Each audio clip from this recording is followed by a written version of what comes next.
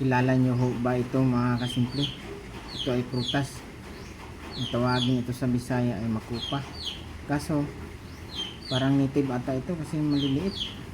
Nasanayan kong makupa ay malalaki. Malalaki kasing laki ng kamao. Ito ang liit. Parang kamao ng sanggol. Paborito kong prutas na ito.